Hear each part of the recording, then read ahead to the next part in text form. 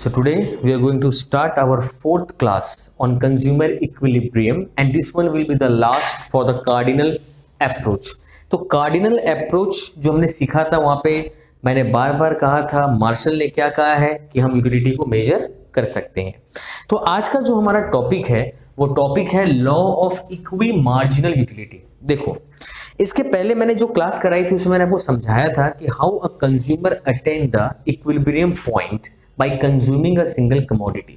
तो एक इंसान सिंगल कमोडिटी जब खरीदता है और उसकी कितनी क्वांटिटी उसको खरीदनी चाहिए, ये डिसीजन वो कैसे लेता है, तो हमने वहां सीखा था कि that MU must be equals to price.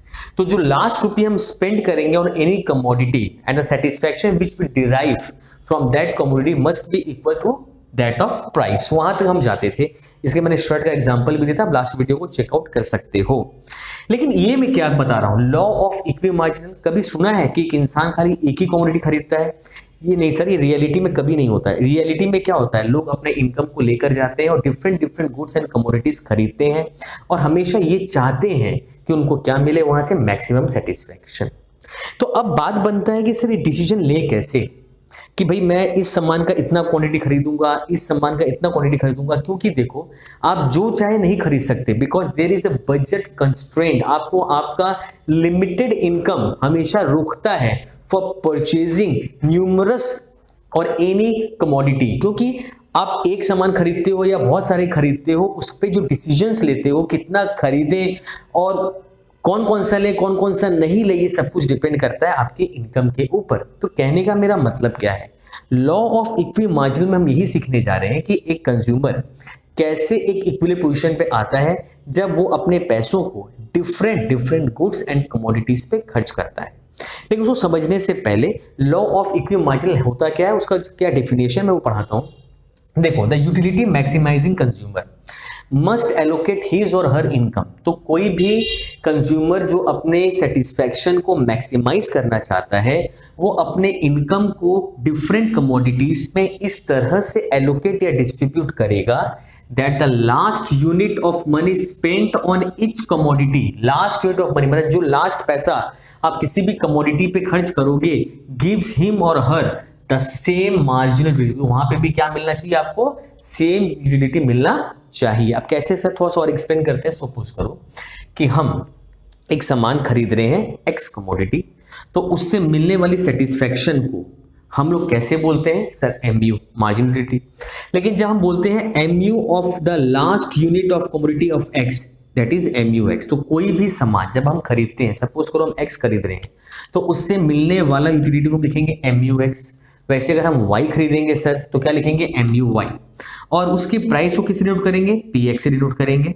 The MU पर रुपी स्पेंड, तो MU ऑफ पर रुपी स्पेंड, ये फॉर्मूला, ये सबसे इंपॉर्टेंट है कि आपको यूटिलिटी से प्राइस को डिवाइड करना है, तो एक रुपए पे कितना यूटिलिटी मिल रहा है ये पता चल जाएगा। सपोज करो मैं बोलता हूं कि एक बंदा है, वो 4 यूनिट्स ऑफ कमोडिटी खरीदना चाहता है, ठीक है, वो एक्स खरीदने गया, एक्स क्वांटिटी का नाम है, वो 4 यूनिट्स खरीद रहा है, मतलब क्वांटिटी है 4 यूनिट्स की, और वो सेटिस्फैक्शन उसको कितना मिल रहा है, 35 का मिल रहा है। तो 4th यूनिट से उसको सेटिस्फैक्शन मिल रहा है 35 यूटिल्स की। मैंने आपको पहले भी बताया है कि सेटिस्फैक्शन को कभी भी हम एक्सप्रेस नहीं कर सकते, लेकिन मार्शल ने ये एजम्पशन ले रखा है कि that we can express the satisfaction in the terms of money. तो वही चीज है कि 4th यूनिट कंज्यूम करने से अगर हम ये एजम्पशन लेते हैं कि मुझे 35 यूटिल्स का सेटिस्फैक्शन मिलता है और मेरे सामान का दाम है 5 रुपया, तो अगर मैं 1 यूनिट खरीदूं तो भी 5 रुपया लगेगा, मैं 2 खरीदूं तो भी 10 रुपया लगेगा, 3 खरीदूं तो 15 लगेगा, और 4 खरीदूं तो 20। तो टोटल अगर मैं बोलूं 4 यूनिट से मिला है, तो मैं ये नहीं कह रहा कि टोटल 4 यूनिट को मिलाकर 35 यूनिट की सेटिस्फैक्शन है। मैं आपको ये कह रहा हूं 4th यूनिट से मुझे इतना का सेटिस्फैक्शन मिला, 1 से कुछ और मिला, 2 से कुछ और मिला, 3 से कुछ और मिला। तो 4th क्वांटिटी जब मैं खरीदा, उससे मेरे को 35 यूटिल का सेटिस्फैक्शन मिला, और मेरे दाम कितने एक एक सामान के, 5 रुपए हैं। इसका मतलब है कि 5 रुपए खर्च करो तो 35 यूटिल्स का सेटिस्फेक्शन मिलता है। यानी सर 1 रुपए पे कितना मिलता है? 7 यूटिल्स का। इसका मतलब है कि अगर हम एक एग्जांपल ले ही लिए कि सर अगर हम x क्वांटिटी x कमोडिटी अगर खरीदते हैं, उसकी अगर मैं 4 यूनिट माने 4 यूनिट खरीदूं, तो उससे मुझे एवरेज सेटिस्फेक्शन जो मिलने वाला है दैट इज MU पर रुपी हुआ है 7 यूटिल्स का। लेकिन सर ये तो एक सामान का बात हुआ ना। आप तो अभी कहते हैं कि इक्वी मार्जिनल का मतलब ही होता है कि हम तरह तरह के सामान खरीदेंगे। तो सपोज करो, एक का तो मैंने पहले बताया, मैं एग्जांपल लेता हूं, मैं यहाँ पे दो खरीदता हूं, ठीक है। तो कोई अगर इंसान ये सोचता है कि मैं 2 यूनिट्स खरीदूंगा, सब 2 कमोडिटीज खरीदूंगा और दोनों की कितनी कितनी क्वांटिटी खरीदूं जिससे मेरे को मैक्सिमम सेटिस्फेक्शन मिले, तो अल्टीमेटली आप घूम फिर के एक जगह पे आ गए कि सर यहाँ पे 2 क्वेश्चंस हम पढ़ेंगे। पहला कि सिंगल कमोडिटी के केस में कितना यूनिट खरीदने सेटिस्फेक्शन मैक्सिमम मिलेगा, और एक से ज्यादा 2 हो, 3 हो, 4 हो, तो मैं 2 के एग्जांपल से बताऊंगा कि कितने कितने क्वांटिटी आप खरीदोगे जिससे आपको मैक्सिमम सेटिस्फेक्शन मिलेगा। तो कैसे निकालना है? सपोज करो आप खरीदने गए मार्केट में, आपके पास पैसे थे 5 रुपए, सपोज करो 5 रुपए थे। आपने कहा भाई x का 4th क्वांटिटी खरीदता हूं तो मेरे को 35 यूटिल की सेटिस्फेक्शन मिलती है, और अगर एवरेज करूं तो 7 यूटिल्स का मिलता है। वैसे अगर मैं बोलूं, सपोज करो y का दाम है 4 रुपए, y का प्राइस कितना है? 4 रुपीज है। उसके 4th यूनिट से मुझे सेटिस्फेक्शन 40 यूटिल्स की मिल रही है। कितनी मिल रही है? 40 यूटिल्स की। तो सर यहां पे MU पर रुपी क्या आएगा? सर यहाँ पे MU पर रुपी क्या आएगा? यहाँ पे सर 40/4 कितना आएगा? 10 यूटिल्स का आएगा। तो अगर किसी कस्टमर को पूछो कि सर आप अपने पैसे X को खरीदने में खर्च करोगे ना Y को खरीदने में खर्च करोगे, तो कोई भी बंदा बोल सकता है सर Y को खरीदेंगे, क्योंकि Y पे मुझे 1 रुपए खर्च करने पे कितने की सेटिस्फेक्शन मिलती है? 10 यूटिल की। और जबकि X को खर्च करता हूं तो कितने की मिलती है? 7 की। तो सर हम खर्चा कहाँ करेंगे? सर Y पे करेंगे। तो आपने Y पे खर्चा करना स्टार्ट कर दिया, तो इसका मतलब क्या है कि Y पे जब हम खर्चा स्टार्ट करने लगेंगे तो Y का जो सेटिस्फेक्शन है वो आस्ते आस्ते क्या होगा? कम, क्योंकि लॉ ऑफ डिमिनिशिंग आ जाता है। तो सडनली आप क्या देखोगे कि 5th यूनिट पे, जब हम 5th पे आ गए, सोचो अगर हम 5th यूनिट पे आते हैं, ठीक है ना, एग्जांपल ले लिए, ये 40 था तो ऑब्वियसली 40 से क्या होगा? कम तो होगा। तो सोचो मैंने ले लिया सर 32 ले लिया, तो अब सर क्या आंसर आने वाला है पर रुपी? सर अब आने वाला है 8 यूटिल्स। स्टिल Y में मेरे को सेटिस्फेक्शन क्या हो रही है? ज्यादा मिल रही है। तो अभी भी मैं किससे कंटिन्यू करूंगा? Y से। सपोज करो सर 6th पे चले जाते हैं, 6 में कितना मिल रहा है? तो मैंने कहा सर भाई 6 में मिल रहा है आपको 24 मिल रहा है। तो आप क्या बोलोगे? सर 24/4, सर 6 मिल रहा है। इसका मतलब है कि सर अब जो रुपया खर्च होंगे ना वो X पे होंगे। क्यों होंगे? क्योंकि मैं देख रहा हूं कि X पे का खर्चा करता हूं तो 7 का सेटिस्फेक्शन मिल रहा है, और Y पे का करता हूं 6 यूनिट खर्चा करता हूं तो कितना मिल रहा है? 6। तो ऑब्वियसली ना मैं इसके 5 खरीद लूंगा और इसके भी मैं क्या करूंगा? 4 खरीदूंगा, क्योंकि मुझे यहाँ पे दिख रहा है सेटिस्फेक्शन। तो अल्टीमेटली जो डिसीजन है कि क्या खरीदूं, कितना खरीदूं और कैसे अपने पैसों को खर्चा करूं, तो इसका एक सिंपल सा कॉन्सेप्ट है।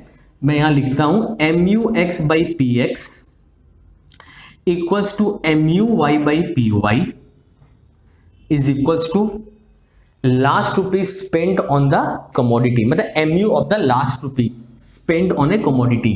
तो कहने का मतलब क्या है? सीधा सा बात है, आपको एक चार्ट बनाना है और ये दोनों कॉलम्स को प्रिपेयर करना है, फिर उसको अपने गिवन इनकम के साथ क्या करना है? मैच करना है, और फिर देखना है कि आपको सेटिस्फेक्शन कितना किससे मिल रहा है और कितना कितना क्वांटिटी किस कमोडिटी का खरीदेंगे।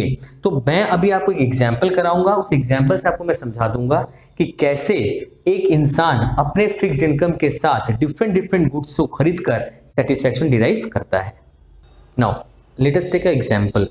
देखो एग्जाम्पल क्या है, मैं थोड़ा सी चीज़ों को फिर समझाता हूँ कि एक कंज्यूमर है, उसकी एक लिमिटेड इनकम है, वो बाज़ार में जाता है सामान खरीदने। अब उसको एक डिसीजन लेना है कि हर एक सामान की मैं कितनी कितनी क्वांटिटी खरीदूं जिससे मुझे मैक्सिमम सेटिस्फेक्शन मिलेगा।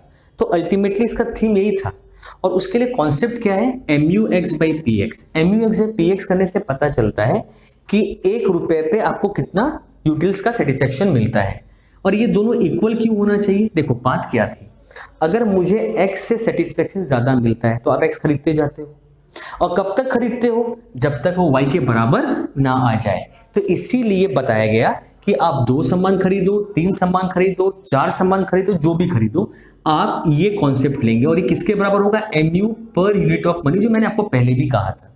अब एग्जाम्पल क्या है, सोचो मैं 2 सामान ले लिया, प्राइस ऑफ X है मैंने 5, प्राइस ऑफ Y मैंने ले लिया 10 और टोटल इनकम हमारी है 40 रुपए की। अब मैंने एक टेबल बनाया, ये एक हाइपोथेटिकल और इमेजिनरी टेबल है, लेकिन टेबल के फिगर्स को ध्यान देना। MUX माने होता है मार्जिन यूटिलिटी।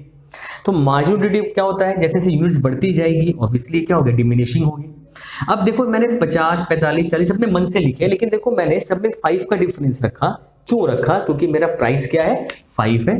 तो जब मुझे यहाँ डिवाइड करना होगा MUX बाई PX, जो हमारा रेशियो ढूंढने का तरीका है, तो वहां पे होगा 50/5। तो क्या करूंगा मैं, 10, 9, 8, 7, 6, 5 आ गई। तो डिवाइड करने में आसान होता है, इसलिए 5 का गैप रखा। अब देखो Y में मैंने 10 का गैप रखा। क्यों रखा, क्योंकि इससे मेरा प्राइस ऑफ Y क्या है 10 है। तो यहाँ पे भी क्या होगी, मुझे डिवाइड करने में आसानी होगी। तो डिवाइड करते हैं तो 8, 7, 6, 5, 4, 3। लेकिन जब आप ये नंबर्स लेते हो तो आप ना पहले ही मन में डिवाइड कर लेना। आप जानते हो कि यहाँ डिवाइड करूंगा तो मेरा 10 आएगा, यहाँ 9, 8, तो 10, 9 से शुरू हो रहा है। तो जो नेक्स्ट आप बनाओगे ना, ट्राई करना कि उसको 10 से शुरू मत करना, मतलब यहाँ पे 100 मत ले लेना, थोड़ा नीचे से, ताकि क्योंकि अगर यहाँ पे भी आप 100 कर दोगे तो 100/10 करूंगा तो यहाँ पे भी 10 आएगा। तो ये डिसीजन मेकिंग नहीं हुआ ना। डिसीजन कब तक लेना था, देखो जैसे मैं X खरीद रहा था तो मैं X का एक और खरीदूंगा, 2 भी खरीदूंगा, तीसरे पे आकर मैं सोचूंगा अरे ये दोनों तो बराबर हो रहा है। देखो तो यानी मैं 3 यूनिट X का खरीदूं या 1 Y का खरीदूं, डिसीजन मेकिंग हो गया वहां पे। तो डिसीजन मेकिंग के लिए आपको क्या चाहिए, जहां पे इनका ये प्रोपोर्शन क्या होता है, इक्वल होता है। क्या होता है, इक्वल। तो इसीलिए आप जब भी एक कॉलम बना लो, डिवाइड मन में कर लो कि 10 से शुरू हो रहा है, तो दूसरे को याद रखना 10 से मत करा देना, हो तो 8 से कराओ, 7 से कराओ, इस तरह से। अब क्या हो गया, आपको ऐसे 4 जगह मिले इस कॉलम में जहां पर हमारा ये जो थ्योरम है वो इक्वल आ रहा है। इसका मतलब सर कोई बंदा अगर चाहे तो 1 यूनिट ऑफ Y ले ले, क्या ले ले, 1 यूनिट ऑफ Y ले ले, और साथ ही साथ 3 यूनिट्स क्या ले ले, X के ले ले। क्या सही होगा सर ये डिसीजन, देख लेते हैं। देखो अगर एक खरीद रहा है Y का, तो Y का वैल्यू था 10 रुपए और इसकी थी 5 रुपए, तो टोटल कितना आ रहा है, 10 + 15, 25। तो वो इंसान क्या सोचेगा कि भाई मेरे पास तो 40 रुपए की इनकम है, अभी भी मेरे खर्च कितने हुए 25, तो मैं एक्स्ट्रा और खरीद सकता हूँ। सही बात है। तो वो मूव करेगा एक और जगह। देखो यहाँ पे फिर दोनों बराबर हो गए। सर 2 खरीद सकते हैं, हाँ खरीद सकते हैं। तो 2 × 10 हो जाएगा, प्लस सर 4 × 5 हो जाएगा। तो ये क्या हो जाएगा, 20 + 20 दैट इज कितना हो गया, 40। देखो ये बराबर हो गया कि नहीं हो गया। तो कहने का मतलब क्या है, तो सर एक और चेक कर लो, हाँ कर लो। 3 सर Y के खरीद लो, 5 सर X के। तो देखो 3 अगर मैं खरीदूं, 3 × 10 प्लस 5 × 5, तो आप एक चीज नोटिस करोगे कि यहां पर खर्चा 55 आ रहा है, जो आपके इनकम के बियॉन्ड जा रहा है। यानी कोई भी कंज्यूमर जिसका इनकम 40 रुपीज है वो ये परचेजिंग नहीं कर पाएगा, तो उसको कहां पे ठहरना पड़ेगा, यहां पर। तो यहां भी नहीं रहेगा, यहां भी नहीं रहेगा। तो इस तरीके से इस टेबल से मैं आपको यही समझाना चाह रहा था कि कैसे एक कंज्यूमर ये डिसीजन लेता है कि अगर हमको डिफरेंट गुड्स खरीदने हो, डिफरेंट कमोडिटीज खरीदनी हो, तो उनके कितने कितने क्वांटिटी खरीदूं जिससे मेरा पूरा इनकम भी खर्च हो जाए और मुझे सेटिस्फेक्शन भी मैक्सिमम मिले। तो इसी कॉन्सेप्ट को कहा जाता है लॉ ऑफ इक्वी मार्जिनल। काफी एग्जाम में आता भी है, लेकिन एग्जाम में सबसे ज्यादा जो इसका सम बन के आता है वो ये है। तो ये सम को आप अच्छे से प्रैक्टिस करो। कई बार क्वेश्चन में आपको एग्जाम्पल के तौर पे सम दे देगा और आपको बोलेगा एज ए कंज्यूमर आप X की कितनी क्वांटिटी खरीदोगे और Y की। तो ये one of the most important sum है, इसको कॉपी भी करो, इसको प्रैक्टिस भी करो और इसको याद भी करो।